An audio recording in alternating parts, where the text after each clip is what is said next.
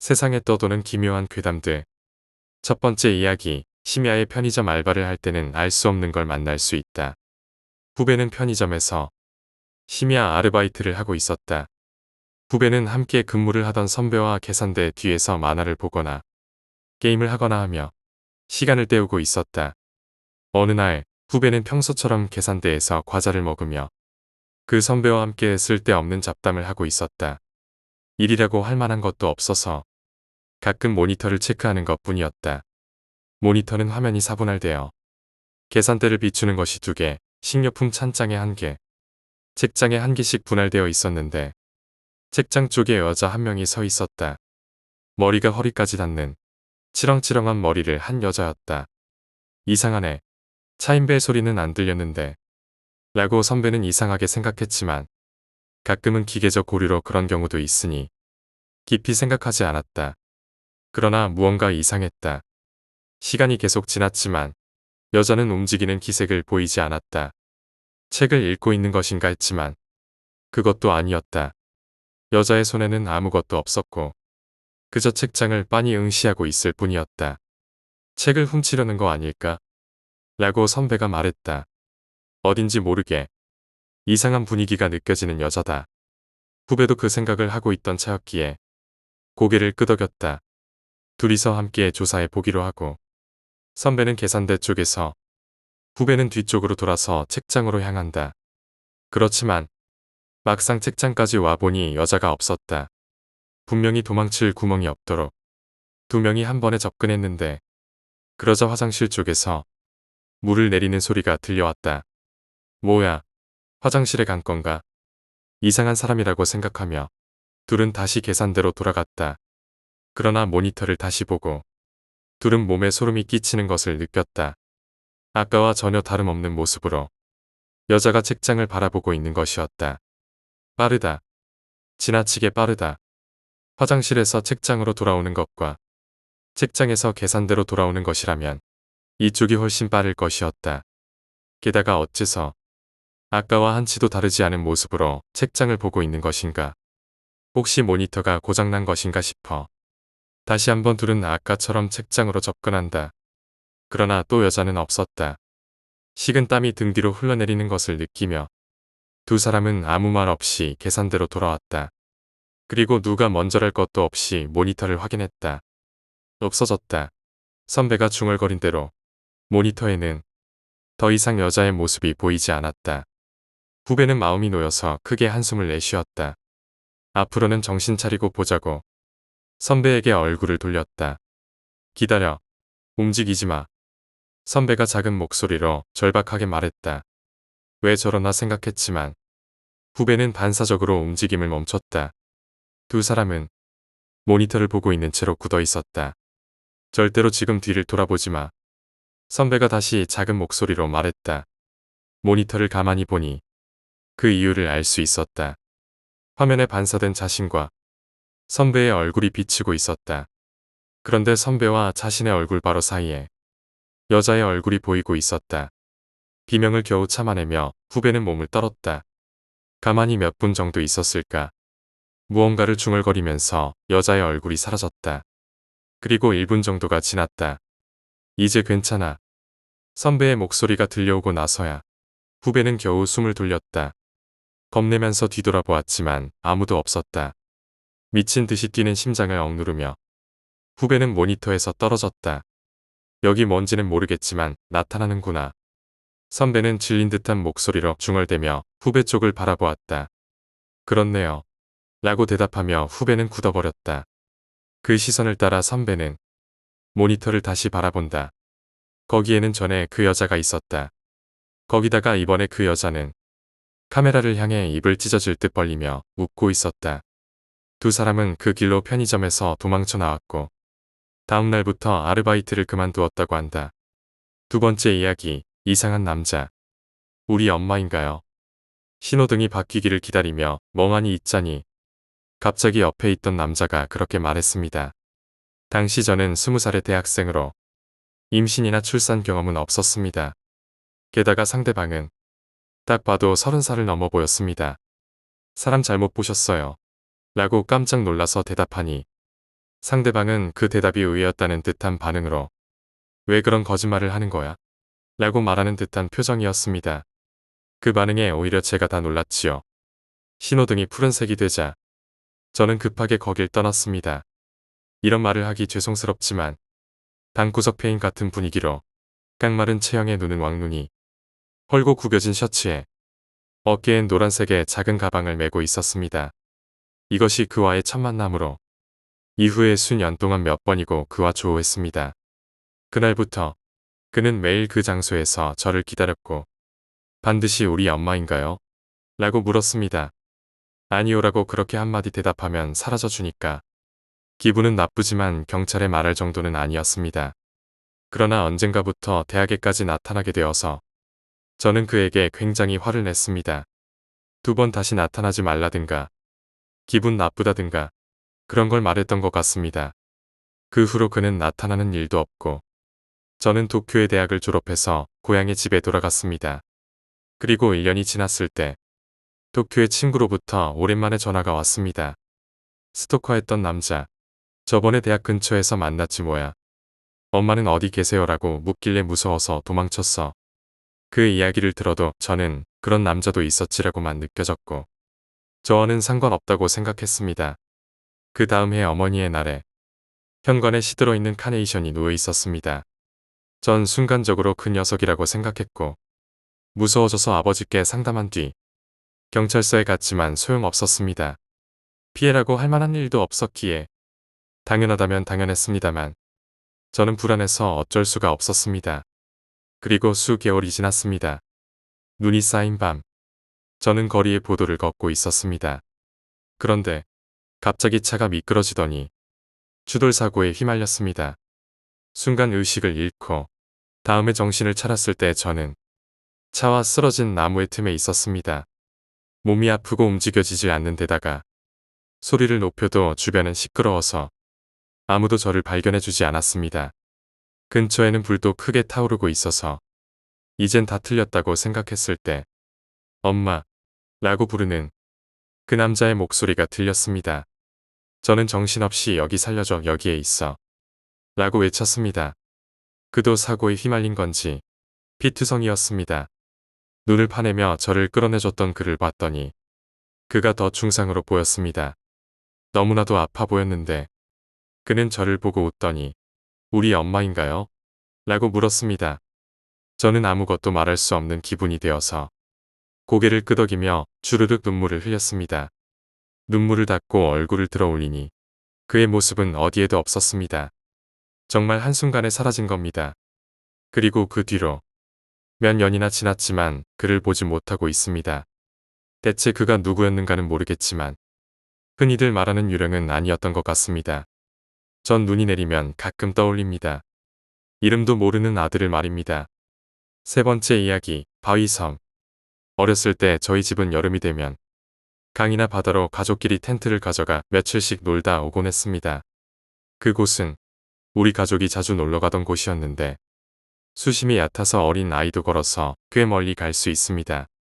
바위섬들이 해안에서 멀리 떨어져 있는 다른 바다와는 달리 아주 가까운 곳에 바위섬이 몇 개 있었죠.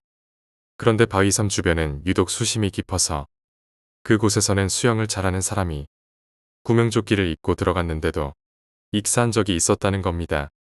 저는 그날 구명조끼를 입고 바다에서 한참을 놀고 있었습니다. 그러다 지쳐서 텐트로 돌아가려는데 바닥에 발이 미끄러졌습니다. 분명히 바닥에는 물때도 그다지 끼지 않아 반들반들한 자갈들만 있었는데도 무언가에 잡아당겨진 것처럼 엎어지고 말았죠. 그리고 저는 그대로 바위섬 근처까지 빨려 들어가고 말았습니다. 구명조끼를 입었으니 괜찮을 거라는 생각에 물장구를 쳐서 얕은 곳으로 빠져나가려 했지만 어째서인지 전혀 앞으로 나아갈 수가 없었습니다. 오히려 해안에서 점점 멀어지는 것처럼 느껴졌죠. 마치 만화에서 눈앞의 풍경이 점점 작아지며 제 주변이 어두워지는 효과를 보는 듯 했습니다. 그날은 해도 높이 뜨고 날도 더워서 물의 온도가 높았는데 그곳에서는 굉장히 물이 찼던 기억이 납니다. 그렇게 한참을 버둥거렸는데도 불구하고 저는 점점 얼굴까지 물에 잠길 정도로 빠져들고 있었습니다. 이대로는 안 되겠다는 생각에 손을 흔들며 주위 사람들에게 살려달라고 외쳤죠. 그런데 주위에 있는 그 많은 사람들 중 누구 하나도 저를 바라보지 않는 겁니다. 그제서야 저는 제 목소리가 나오지 않고 있다는 것을 깨달았습니다. 분명히 소리는 지르고 있었는데 누구 한 명도 저에게 시선을 돌리지 않더군요. 그제야 제 머릿속에는 어른들께 들었던 바위섬 근처에 가면 빠져 죽는다는 이야기가 떠올랐습니다. 이제 끝인가 싶은 생각이 들며 절망이 몰려오더군요. 그런데 그때 저보다 2살 정도 많아 보이는 언니가 얕은 곳에서 허리를 숙여 손을 내밀고 있었습니다. 그래서 저는 그 손을 붙잡고 겨우 얕은 곳으로 나올 수 있었습니다. 나와서 고맙다는 인사를 하기 위해서 뒤를 돌아봤는데 그곳에는 아무도 없었습니다. 아이들은 얕은 물 주변에 몰려서 놀고 있을 뿐이었죠. 한번 놀러가면 2박 3일 정도는 그곳에서 머물렀기에 그 언니를 다시 볼 수 있지 않을까 생각했지만 결국 그 이후로 만난 적은 없습니다. 손을 잡으려고 올려봤을 때 잠시 봐서 흐릿하게만 기억하지만 평범한 인상이었던 것 같습니다. 이제 와서 생각해보면 아마 그 언니는 거기서 사고를 당했던 사람의 영혼이나 저의 수호령이 아니었을까 싶네요. 네 번째 이야기, 심호흡. 들이쉬고 내쉬고 꾸준히 심호흡해. 그냥 계속 심호흡해. 중요하다고. 영어 시간에 앉아있는데 다른 여자애들이 내 이름을 부르며 괴롭히고 있어. 들이쉬고 내쉬고 꾸준히 심호흡해. 남자아이들은 항상 내가 이상하다고 나에게 거리를 둬. 제레미만 빼고 말이야. 제레미는 나한테 항상 상냥하게 대해줘. 들이쉬고 내쉬고 꾸준히 심호흡해. 제레미의 여자친구인 니키는 내가 제레미를 뺏으려고 한다고 생각해. 니키는 날 괴롭히고 잡년이라고 불러. 난 정말 그저 살아가려고만 하고 있어. 그냥 계속 숨 쉬려고 할 뿐이야. 방과 후 니키는 날 구석에 몰아놓고 제레미한테서 떨어지라고 협박했어. 니키는 날 거칠게 밀쳤고 난 넘어졌어. 그녀가 무릎을 꿇고 얼굴을 가까이 가져왔을 때 난 번쩍하고 빛나는 쇠붙이를 보았어. 내가 거리를 두지 않는다면 자신의 말이 더욱 설득력 있게 들리게 해주겠다고 얘기했어. 그냥 계속 심호흡해. 다음날 수업이 끝난 뒤 제레미가 나에게 다가왔어. 제레미는 니키가 나를 구석에 몰아넣었을 때 잃어버렸던 내 책들을 갖고 와주었어. 그가 조금 더 나에게 가까이 다가왔어. 숨 쉬는 걸 기억해. 꾸준히 심호흡하자. 그냥 계속 심호흡하라고. 니키가 이 모습을 알아차렸고 그녀가 안다는 사실을 내가 아는 것도 알아차렸어. 난 어제 일을 기억하고 공손하게 자리를 피해 집으로 가려고 했어. 그냥 계속 심호흡하자. 니키가 밖에서 날 붙잡고 사람이 다니지 않는 한적한 건물 벽 쪽으로 날 끌어당겼지. 그녀는 날 세게 밀치고 내가 경고했다며 크게 소리를 질렀어. 난 심호흡을 해야 된다며 내 자신을 되뇌었어. 니키가 내 가슴에 칼을 찔러 넣었을 때 난 눈치채지 못했어. 난 단지 그녀가 날 바라보면서 공포에 질려 있다는 사실밖에 알아차릴 수 없었어. 고개를 내려 내 가슴에 박힌 칼을 바라보았어. 그리고 칼을 빼냈어. 칼날에는 불완전하게 응고된 피가 진득하게 붙어 있었어. 난 니키의 목을 붙잡고 몸을 들어 올렸어. 그녀는 잠시 동안 발버둥치며 비명을 지르려고 했어. 그리고 그녀의 몸이 축 늘어졌을 때 난 그녀를 놓았어. 숨을 쉬지 않는데 살아있듯이 행동하긴 너무 힘들어. 5번째 이야기, 그에게 지배당했다. 데이브. 난 모두가 이렇게까지 비열한지 정말 몰랐어. 심지어 당신도 말야. 그리고 우리가 결혼할 때 당신이 그랬던 것처럼 날 미친 사람처럼 취급하려고도 하지마. 정신 나간 건 너 하나뿐이라고. 이제 잘 알겠네. 틀림없겠지. 이런 미친 짓을 하다니. 아직 경찰에겐 연락하지 않았어. 우리 둘 모두 이 일에 경찰이 끼어드는 걸 원하지는 않겠지. 난 이메일에 모든 걸 적어 넣으려고 해. 당신이 한 짓에 대한 연구 기록으로 말야. 우리 모두 동의하에. 금요일에 당신이 우리 딸을 아파트 앞에 내려다 놓기로 했어. 처음엔 다 괜찮아 보였어. 그 여자애는 예전에 베키와 똑같이 닮았으니까. 내가 머리를 고치던 것처럼 따은 머리. 바보 같은 미소. 그리고 어딜 가든 끌고 다니던 추레한 그 헬로키티 베개까지 말이야. 하지만 당신이 떠난 이후로 그 아이는 어딘가 달라 보였어. 불안해하고 겁에 질린 것처럼 말이야. 마치 나를 누군지 알아차리지 못하는 것처럼 말야. 이런 건 내 베키가 아니라고. 그때였지. 당신이 나한테 무슨 짓을 한 건지 알아차린 게. 내가 정말로 모를 것 같았어. 난 그 아이 엄마라고, 이 빌어먹을 자식아. 그 애는 당신을 감싸려 했어. 걔는 아무것도 잘못되지 않았다고 얘기했다고. 하지만 난 진실을 찾아낼 방법을 하나 생각해냈어. 난 그 애를 속여 배에 태웠어. 우리가 가족으로서 낚시하러 같이 갔었던 암초를 지나서 말야. 기억나. 거기 정말 너무 괜찮고 평화로웠잖아. 대화하기 정말 딱 좋은 데였지만 우린 그저 조용히 앉아서 별을 바라보곤 했던 곳 말야. 그리고 난 그 애를 물에 밀어넣었어. 이제 누가 정신 나갔지, 데이브. 정말로 날 속일 수 있을 거라 생각했어. 당신 정말 내가 그 애를 내 딸이라고 믿을 줄 알 거라고 생각했구나. 물론 그랬겠지. 생긴 것도 똑같고, 말하는 것도 똑같고, 우는 것도 똑같고, 베키라고 적힌 태그가 달린 그 애의 옷까지 입고 있었으니까. 하지만 당신, 하나 잊고 있었어. 내 딸은 수영할 줄 알아. 네가 보낸 사기꾼, 가짜 베키는 말야. 수영할 수 있는 척을 하더라고. 심지어 몇 시간 동안은 보트를 계속 쫓아왔다니까. 하지만 결국에는 더러운 뚱땡이 사기꾼답게 물 밑으로 꼬르륵 깔아앉더라고. 심지어 마지막 숨을 내뱉을 때마저 나를 여전히 엄마라고 부르더라니까. 마지막까지 내 베키인 척을 했다고. 상상할 수 있겠어? 아주 추잡한 거짓말쟁이 새끼였다고. 마치 당신처럼 말이야, 데이브. 내 주말이어야 했었어. 내 시간이어야 했다고. 의사들도 내가 준비됐다고 했어. 판사도 동의했다고. 너뿐이라고. 내가 아직도 불안정하다고 생각하는 건. 하지만 넌 틀렸어. 안 그래? 마지막 기회야, 데이브.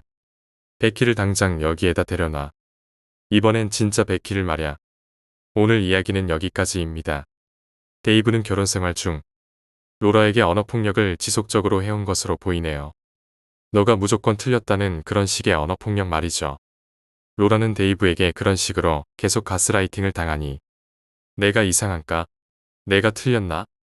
하는 생각이 많이 들었을 것이고 이런 악순환이 계속 이어지니까 정신병이 심하게 오게 됩니다. 자신의 딸마저 어딘가 달라 보여서 내 딸은 이렇지 않다며 딸을 학대해서 베키가 다시 엄마를 만나 엄마랑 단둘이 있으니 불안해하고 무서워했던 것입니다. 결국 로라가 미쳐버려서 데이브가 법정에 가서 딸을 로라에게서 떼어놓게 하고 정신병원에 입원하게 되었다가 그 후 로라가 정상이라고 판단되어 퇴원하게 됐을 때 벌어진 일들입니다. 마지막에서도 정상인이라면 경찰을 부를 텐데 경찰을 부르지 않고 가해자에게 딸을 데려오라는 등의 협박이면서도 한편으로는 의지를 하는 걸 보면 로라가 데이브에게 지배당했다는 걸 알 수 있네요. 6번째 이야기, 1년째 되는 날. 걘 항상 매일 밤 10시에 잠자리에 들어 마치 기계처럼 인터넷에 있는 친구들에게 잘 자라고 인사하고는 랩탑을 닫고 옷을 갈아입고 잠자리에 들어 밤새 꿈을 꿀 때도 있지만 뭐에 대한 꿈이었는지는 걔는 전혀 기억을 못하곤 해. 걔는 아침마다 항상 늦잠을 자곤 해. 그러다가 나중에야 제 시간에 학교를 맞춰 가려고 항상 서두르곤 해. 걔는 3시가 되기 전에 집으로 돌아와서는 숙제를 하기 시작해.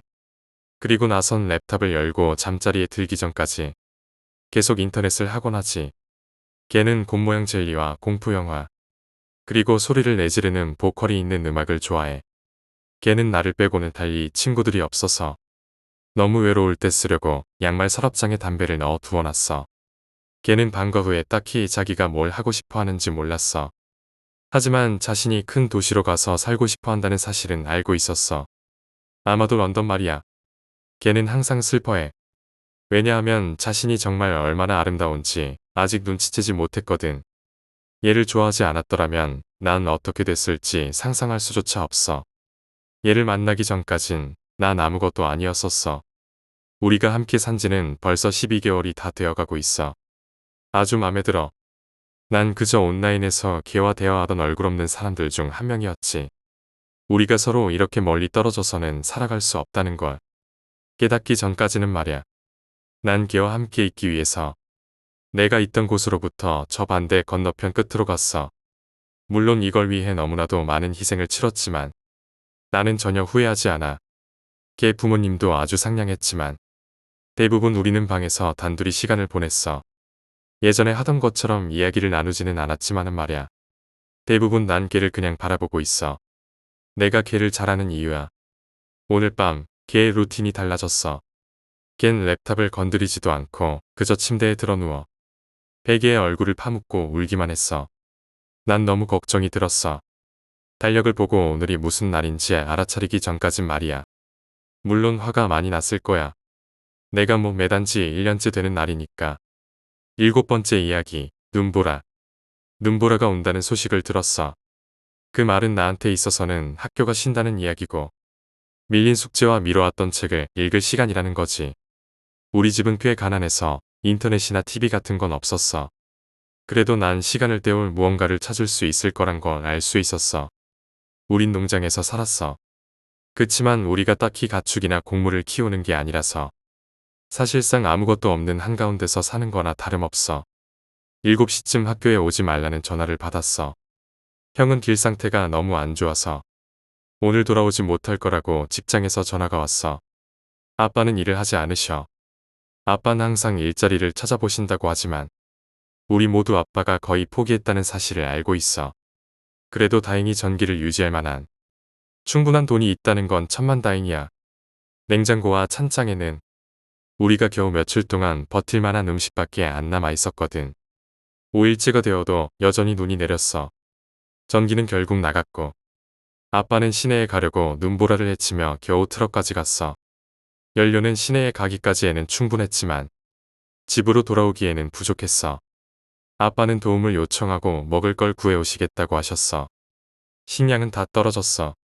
아빠는 농장으로 다시 돌아오지 못했어. 8일째가 되던 날 럭키가 죽었어. 10일째가 되던 날 우린 럭키를 먹었어. 엄마는 이 일을 하면서 울었지만 우리는 그저 너무 배가 고팠어. 우린 불씨를 살려보려고 했지만 아주 약간의 땔감밖에 남아있지 않았어. 밤이 되자 우린 옷을 몇 겹이나 껴입고 담요를 두른 채 옹기종기 모였어. 목이 마르면 눈을 먹었지만 우릴 더욱 춥게 만들 뿐이었어. 얼마 지나지 않아 우린 집을 떠나고 싶어도 떠날 수 없게 됐어. 너무 많은 눈이 쌓여서 문조차 열 수가 없었거든. 그러자 눈은 창문 위에 쌓여가기 시작했고 우린 어둠 속에 갇혔어. 내 동생인 지민은 눈이 더 쌓여서 천장이 무너지는 게 아닐까 두려워했어. 우린 럭키를 끝냈지만 엄마는 꽤 오래전부터 더 이상 먹지 않으셨어. 엄마는 우리 위해 남은 걸 보관해놨어. 18일째 되던 날 엄마는 죽었어. 우린 엄마를 담요에 싸서 침실에 뒀어. 우리 모두 서로 무슨 생각을 하는지 알았지만 아무도 그 말을 입 밖으로 꺼내지 않았어. 23일째 우리는 엄마를 먹었어. 그땐 더 이상 난 울지도 않았어. 난 그냥 너무 배고팠어. 냉기가 엄마의 살을 신선하게 보관해줬어. 마치 몇 시간 전에 죽은 것만 같았어. 그리고 이제 33일째야. 눈은 오래전에 그쳤지만 눈은 아직도 사라지지 않아. 아마 여긴 항상 겨울일 것 같아.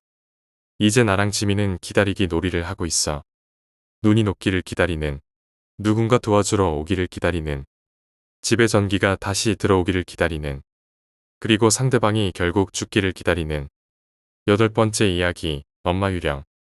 나랑 내 여동생 베스티가 어렸을 때 우리 가족은 아주 예쁜 오래된 농가에서 잠시 살았던 적이 있어. 우리는 먼지 낀 농가 구석구석을 탐험하거나 뒷마당에 있는 사과나무에 올라가는 걸 정말 좋아했어. 하지만 우리가 제일 좋아했던 건 바로 유령이었어. 우리는 그 여자 유령을 엄마라고 불렀어. 왜냐하면 그 유령은 엄청 착하고 우리를 돌봐주는 것 같았거든. 베스트랑 내가 가끔 아침에 일어나 보면 탁자 위에 어젯밤에는 없었던 컵이 거기 있는 거야. 엄마가 우릴 위해서 거기에 가져다 놓은 거라고. 밤새 목마를까봐 말이야. 엄마는 우리를 그저 돌봐주고 싶어 할 뿐이야. 이 집에 원래부터 있었던 가구들 중에 마루 뒤쪽 벽에 두고 있는 골동품 나무 의자가 있는데 말야. 우리가 TV나 게임하고 있는 거에 정신이 사로잡혀 있을 때마다 엄마는 조금씩 의자를 우리 쪽으로 가져다 놓곤 해. 가끔은 방 한가운데까지 의자를 옮겨놓기도 한다니까. 우린 항상 벽에다가 의자를 다시 붙여놓을 때마다 슬픔을 느꼈어. 엄마는 그저 우리랑 가까이 있고 싶었는데 말야. 그 집에서 이사 나온 지 몇 년 지나고 원래 주인이었던 과부에 대한 오래된 신문 기사를 우연히 찾을 수 있었어. 기사에는 그 여자가 잠자리에 들기 전 자신의 두 아이들에게 독이 든 우유를 먹여 아이들을 살해했다고 나와 있었어. 기사에선 한 여자가 예전 집의 천장 기둥에 목을 매단 사진도 같이 실려 있었어. 그녀 바로 밑에는 오래된 나무 의자가 정확히 방의 한가운데에 쓰러져 있었어. 9번째 이야기, 로건 메스터슨. 요약해서 말하면 그렇다는 거지. 개인적으로는 이 모든 일들이 앞으로 우주비행의 종지부를 찍을 거라 생각해. 이미 시들해져 가고 있는 와중에 이젠 이런 일까지 벌어졌는데 어마어마한 이미지 손상이라고. 더군다나 도덕적으로도 그 살인 장면들은 꽤나 끔찍했고 말야. 놀랍지 않게도 모든 건 욕정에서 시작했어.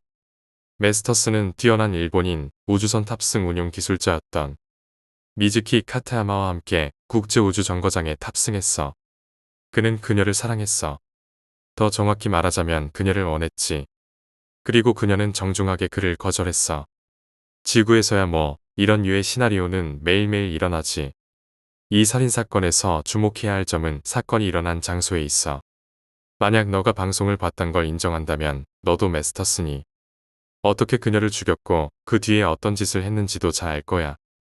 하지만 그쪽에 관련해선 딱히 언급하진 않을게. 카타야마가 죽고 난 뒤 국제우주정거장에 있던 사람은 메스터슨과 안톤 비탈리 뿐이었어. 그 우주비행사는 잘못된 장소와 잘못된 시간에 있었다고 돌려 말할 수밖에 없겠네. 메스터스는 비탈리도 간단히 처리해버렸어. 다시 말하지만 어떻게 처리했는지에 대해선 자세히 언급하지 않을 거야. 근데 이 사실을 알고 있어야 돼. 이 시점에서 지구상에 있는 그 누구도 이 일에 대해서 알지 못했다는 걸 말이야. 우리가 보고 있는 거라곤 송신을 멈춰버린 정거장의 카메라와 응답하지 않는 직원들 뿐이야. 그리고 메스터슨이 자신의 광기를 완벽히 받아들였던 때가 바로 이때였지. 그는 정거장의 모든 유리창을 가렸고 부지런히 모든 외부 조작을 단절해버렸어. 그리고 그는 기다렸어. 그러고 난 뒤 첫 몇 주는 나사에게 있어선 혼란의 도가니나 다름없었어. 결국에는 국제우주정거장을 조사하는 임무가 올려보내졌지. 다음 국제정거장 거주를 대기하던 3명의 우주비행사들은 도구와 저장품들을 챙기고 우주로 향했어. 메스터스는 물론 그들이 온다는 사실을 알고 있었어. 그는 지구에서 하는 통신을 들을 수 있었고 여전히 외부 카메라에도 접속할 수 있었으니까 말야.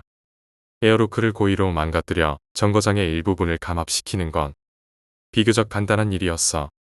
우리가 아는 많지 않은 정보에 따르면 그 3명은 즉사했을 거라 추정하고 있어. 아니면 뭐 이건 그냥 희망적인 관측에 불과할지도 모르지만 말야. 방송이 시작된 건 이 시점이었어.